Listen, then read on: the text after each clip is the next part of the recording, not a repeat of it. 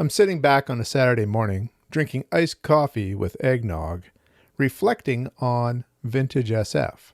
My channel's been live now for a year and a half, and on Monday, I'm going to be interviewing or chatting with the Outlaw Bookseller himself, Stephen E. Andrews. This channel is here in large part to Steve. Back in January of 2021, I had a bit of a health scare, a TIA, transient ischemic attack. You might think of it as a mini stroke. A visit to hospital emergency, some blood thinners, and then some high blood pressure pills, and everything's fine now. But it made me think about retirement, and so I did retire that June. My immediate plans are travel, exercise, and reading books. Fast forward a year and a half, and in January of 2023, I was watching YouTube on my TV. One of the suggestions was for a guy called the Outlaw Bookseller. It said two grumpy men, and it talked about science fiction. This is with his friend Graham Bray.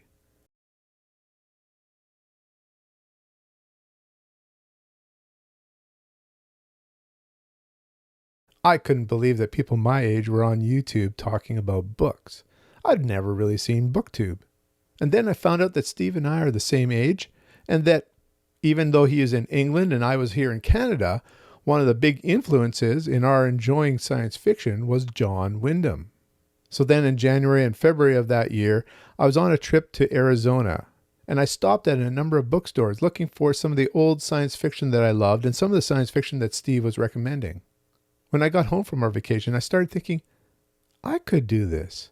I could be on YouTube and talk about science fiction. So on April 17th, 2023, I launched Vintage SF. My first video was about a book haul from that vacation and some of the books I'd read. I used the framing technique of a classic Twilight Zone episode, Time Enough at Last. And now, here I am a year and a half later, and on Monday I plan to talk to Stephen E. Andrews. It feels like I'm coming full circle here, back to the beginning when I started to read science fiction again. So I'm going to post this on Wednesday, and then on Friday, you can expect the interview with Stephen E. Andrews. Until next time, keep reading.